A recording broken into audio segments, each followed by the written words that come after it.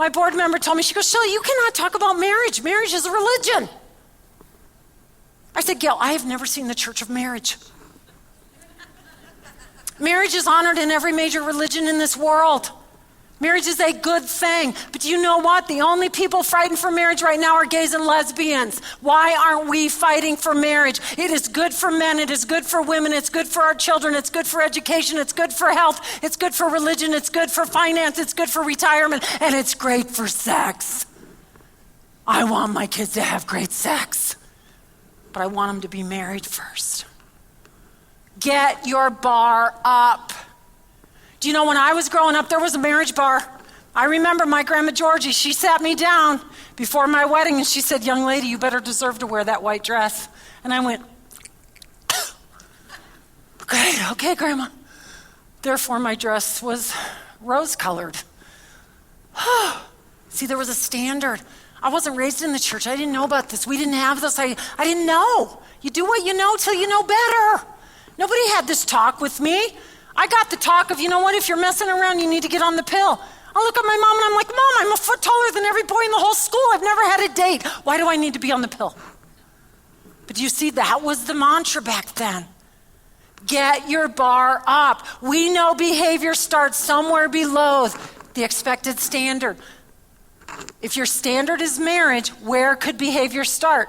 At the college level. I can handle a college-age kid having their first sex much better than I can handle a middle schooler. I still don't like it because that's not God's plan.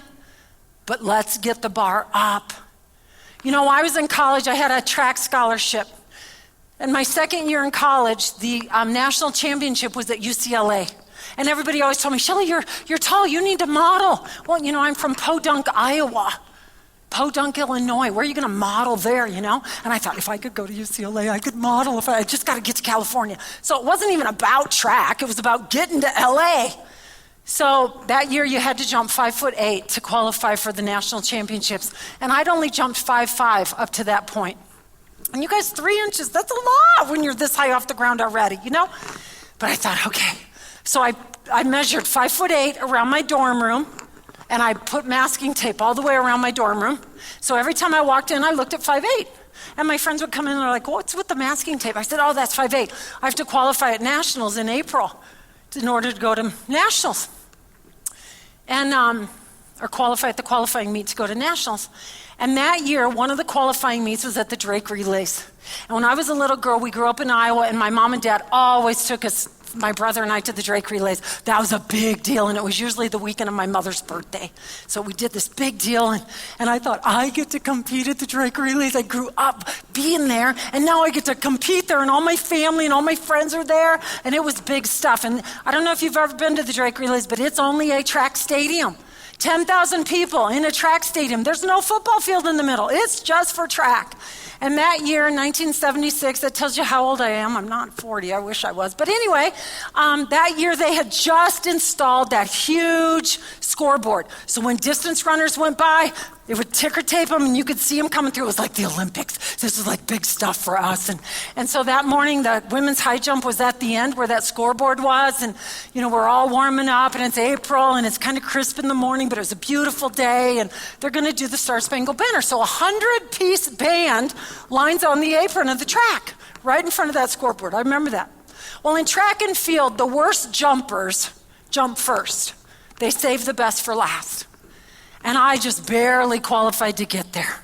So I'm in the top 3. And you know, in track and field, it's so-and-so's up, so-and-so's on deck, so-and-so's in the hole. I'm in the hole.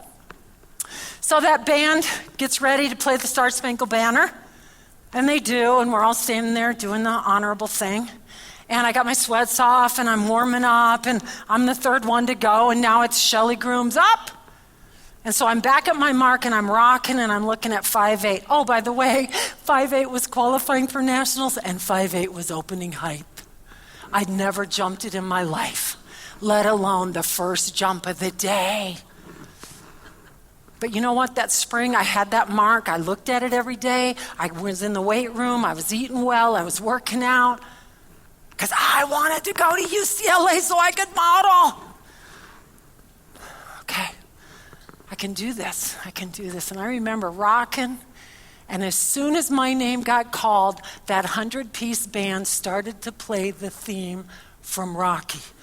Bump, bump, bump, bump, bump, bump, bump, bump, bump, bump, bump. You guys, the goosebumps should have knocked off the bar. I flew over that bar. Made it on my first attempt. I got to go to UCLA. I got to compete at the national level. And you know what? I got to do a modeling gig on Rodeo Drive in little gold hot pants. And it was fun.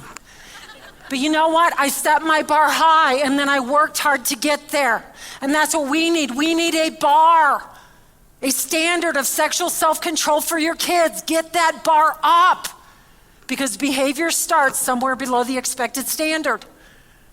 They asked millennial parents, you guys are parents of millennials, kids that are born between 1982 and 2002, the kids that we're raising right now, they're called millennials. They're the most conservative kids we've seen in 30 years. These kids want to value life. They're the most pro-life kids we've seen in 30 years. They want to be kissed and hugged every morning when you send them out the door to go to school, all the way to graduation day. They might go, Mom, but you know what? They want to be kissed and hugged. They want to be tucked in every night when they go to bed. Flick the light. Hey, buddy, sweet dreams. Hope you sleep well, buddy. Honey, hope you sleep well. Tuck them in.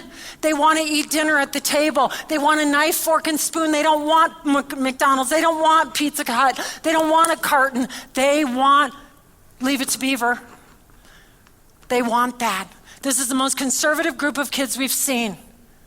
And their parents were just asking a survey, at what age should your kids start having sex? The parents of the millennials said, age 18, when they graduate from high school. They brought the kids into the room with their parents sitting there, and the interviewer said, what age should you guys start having sex? The kids said, age 23, when I graduate from college. Our kids have a higher standard for their sexual self-control than we have for them. They are ready to meet your expectations. You know why? Because your kids are in the culture of divorce. Whether they've been in a divorced family or not, there is a spirit of divorce on them, and that's a spirit of rejection. Our kids do not want to be rejected. This is the biggest people-pleasing group of kids I've ever seen. They will stand there and be offended by your bed breath before they'd ever move away from you. Because what if you won't like me anymore? What if you won't be my friend? It's that pathetic stuff. You see it all the time. We see it all the time. They don't stand for anything, unfortunately.